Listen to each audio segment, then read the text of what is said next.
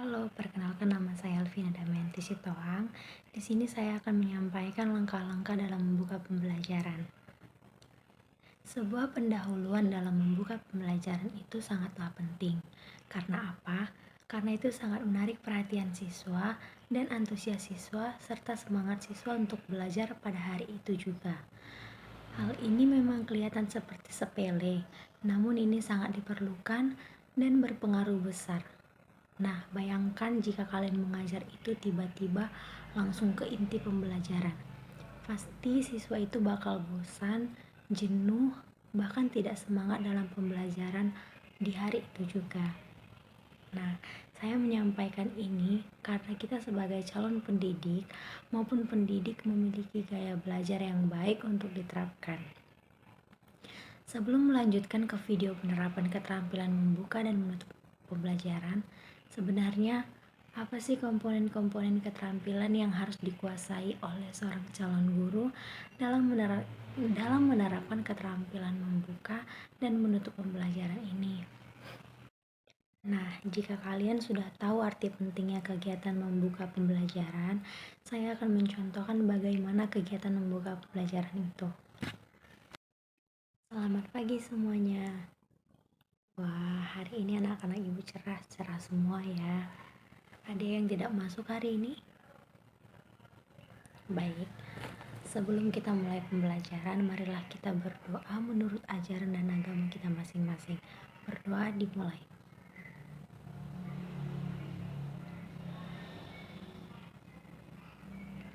Berdoa selesai.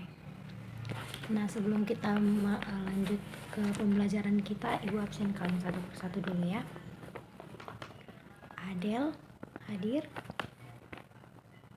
Doni, ya baik, hadir. Citra, ya baik. Hanya satu ya yang absen. Nah, minggu lalu kita sudah membahas tentang apa itu teks deskripsi. Di sini sudah tahu semua kan apa yang dimaksud dengan teks deskripsi? Baik. Kalau begitu, ibu kembali menjelaskan apa itu teks deskripsi. Teks deskripsi adalah teks yang berisi penggambaran suatu objek, baik makhluk hidup, benda, tempat, atau peristiwa secara terperinci, sehingga pembaca seolah-olah melihat, mendengar, merasakan, atau mengalami sendiri hal yang dideskripsikan oleh penulis. Sampai di sini ada yang ingin bertanya terkait pembelajaran kita hari ini?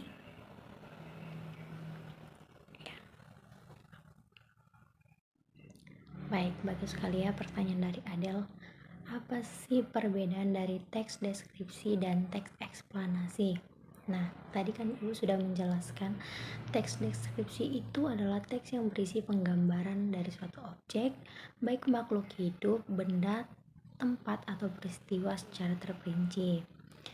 Sedangkan teks eksplanasi merupakan karangan yang menceritakan terjadinya fenomena. Misalnya gini, struktur teks eksplanasi itu terdiri dari 3 bagian, yaitu pernyataan umum, urutan kejadian atau penjelasan sebab akibat, dan yang ketiga itu adalah interpretasi. Nah, di pernyataan umum ini berisi tentang penjelasan secara umum mengenai fenomena yang terjadi. Di urutan kejadian atau penjelasan sebab akibat, ini berisikan tentang setelah menulis pernyataan umum, selanjutnya adalah urutan kejadian. Bagian ini berisi sebab akibat dari suatu peristiwa tersebut. Nah, bagian yang terakhir itu adalah interpretasi. Bagian terakhir dari struktur teks eksplanasi ini adalah interpretasi. Bagian ini berisikan tentang pendapat secara singkat penulis dan kesimpulan dari peristiwa yang dijelaskan sebelumnya. Sampai di sini apakah sudah paham apa itu teks deskripsi dan teks eksplanasi? Baik. Apakah masih ada pertanyaan lagi? Kalau tidak ada, kita tutup pembelajaran ini. Sampai jumpa minggu depan. Ibu berharap semua tugas dikerjakan dengan baik. Jika ada yang kurang paham, boleh bertanya kepada ibu. Kalian akan mulai lanjut pembelajaran berikutnya. Terima kasih semuanya, selamat siang.